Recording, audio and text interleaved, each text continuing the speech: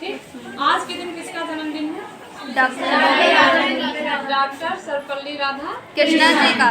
वो एक बहुत ही अच्छे शिक्षक थे। सबसे पहले बात आती है गुरु की। किसकी? गुरु की। लोग कहते हैं कि गुरु क्या है, गुरु का महत्व क्या है। तो आप लोग जानते हैं गुरु का महत्व क्या है?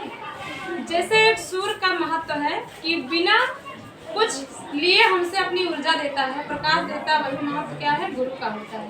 वही महत्व किसका होता है? गुरु का। जिस प्रकार हवा का महत्व हमारे वायुमंडल में हवा का महत्व है, वैसे हमारे टीचर का भी महत्व है। वो बिना हमें किसी खर्चे के हमें वायु देते हैं। वायुमंडल हमारा बिना खर्चे के हमें वायु दे रहा है कि हम कुछ उसको देते हैं? कुछ भी नहीं देते हैं। ठीक। ऐसे ही हमारे गुरु हैं जो हमें बिना कुछ लिए हमें ज्ञान देते हैं। ठीक। और उस ज्ञान में जो ज्ञान देते हैं उसकी सफलता के पीछे उनका क्या होता है? मान सम्मान होता है। ठीक। और उनकी आपकी बढ़ोतरी में उनका कृत्य छुपा होता है कि अगर आप कहीं जाएंगे, आप कुछ मतलब बन कर आएंगे, फिर आप कहेंगे हमको वो टीचर ने हमको निरंकार से पढ़ाए थे, हमको अशोक सर जी पढ़ाए थे, है ना। तो ऐसे हम लोग सब अपने गुरु की बड़ाई करते हैं। तो ये क्या है? वो गुरु दक्षिणा के रूप में। किसके रूप में? गुरु दक्षिणा। अच्छा बात आती है कि पहले आश्रम हुआ करते थे और लोग घर से बाहर जाके पढ़ा करते थे, और उसमें अंत में होता था कि जब बच्चा पढ़ लिख कर घर जाने लगता था तो उसको गुरु दक्षिणा देनी होती थी। लेकिन सब लोग गुरु दक्षिणा में पैसा, कुछ चीज़ें दे दो, पैसा दे दो, ये सब गुरु दक्षिणा नहीं होता है। गुरु दक्षिणा तो वास्तव में आप अपना कोई बड़ा काम उन्नति की तरफ जाएंगे, आप वही आप गुरु को क्या करते हैं? गुरु दक्षिणा देते हैं। क्या देते हैं? गुरु दक्षिणा। ये नहीं कि आप रुपया पैसा दे दो, कोई कीमती सामान ले आओ अपने अध्यापक को दे दो, वो आपका गुरु दक्षिणा नहीं होता है। वो तो कोई भी दे सकता है ना। एक कहानी आपको सुनाएंगे। बहुत पहले की बात है, जब आश्रम हुआ करते थे तो उस आश्रम में कुछ बच्चे पढ़ रहे थे। तो वहाँ के गुरु, जैसे आश्रम ऐसा होता था कि एक ही व्यक्ति चलाता था। जब वो बूढ़ा होने लगता था तो अपने शिष्यों में से ही किसी को योग्य मानकर चुन लिया जाता था। अब कैसे आपके मम्मी पापा बूढ़े हो जाते हैं तो घर का मालिक उनका बड़ा बेटा हो जाता है, ऐसे आश्रम में भी होता था। तो एक गुरु थे, उनके कई सारे शिष्य थे, उनको पढ़ा रहे थे। फिर ऐसा उन्होंने सोचा कि मैं बूढ़ा हो रहा हूँ तो अपनी जिम्मेदारी आश्रम की मैं किसी योग्य शिष्य को दे दूँ।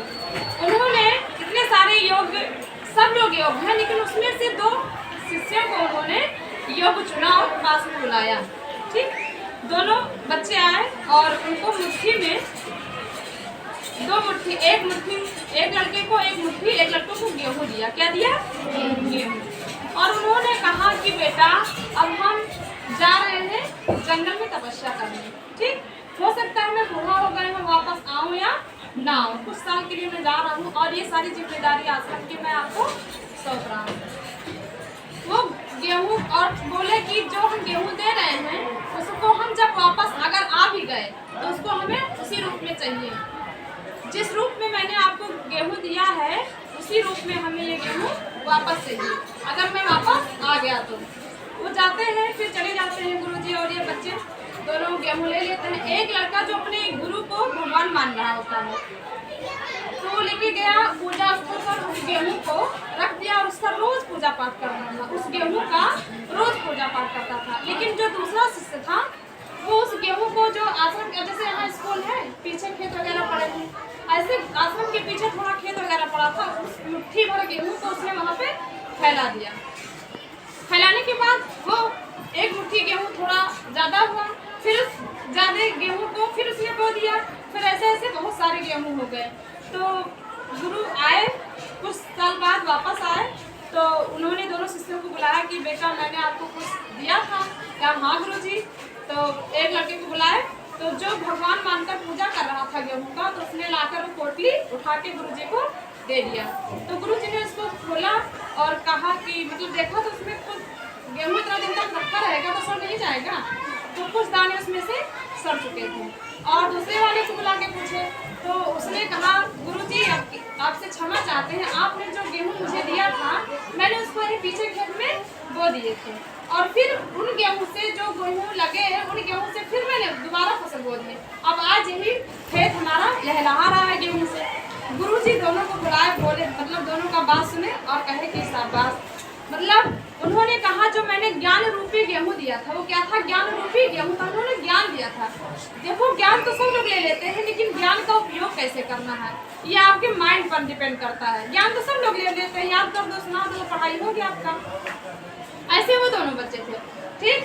तो गुरुजी ने कहा कि मैंने आपको गेहूँ दिया था, आपने वो दिया, यानी आपने हमारे ज्ञान को आपने फैलाया। क्या किया उन्होंने?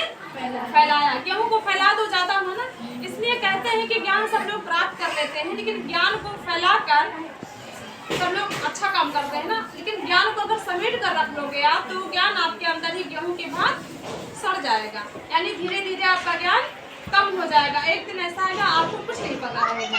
लेकिन ज्ञान जो है बांटने से क्या होती है? बढ़ती है। वो गेहूँ रूपी ज्ञान उन्होंने फैलाया और बहुत सारे गेहूँ प्राप्त कर लिए। ऐसे ज्ञान को आप लोग आते हैं पढ़ने, आपसे हमारी यही इच्छा है, गुरु दक्षिणा हमारी यही है हमारी, कि आप लोग जो ज्ञान यहाँ पाते हो आप जाकर फैलाइए। फैलाइए का मतलब ये नहीं कि चाहे जहाँ कैसे फैला दे। आप अपने छोटे भाई बहनों को ध्यान दो, पढ़ने लिखने में सहायता करो आप लोग, ठीक है? ये है। और आप लोग जब तरक्की करेंगे तो इसमें आपके गुरुओं का नाम होता है, आपके माता पिता का नाम हो। यही हमारी क्या है? गुरु दक्षिणा है। आप लोग को अच्छा लगा?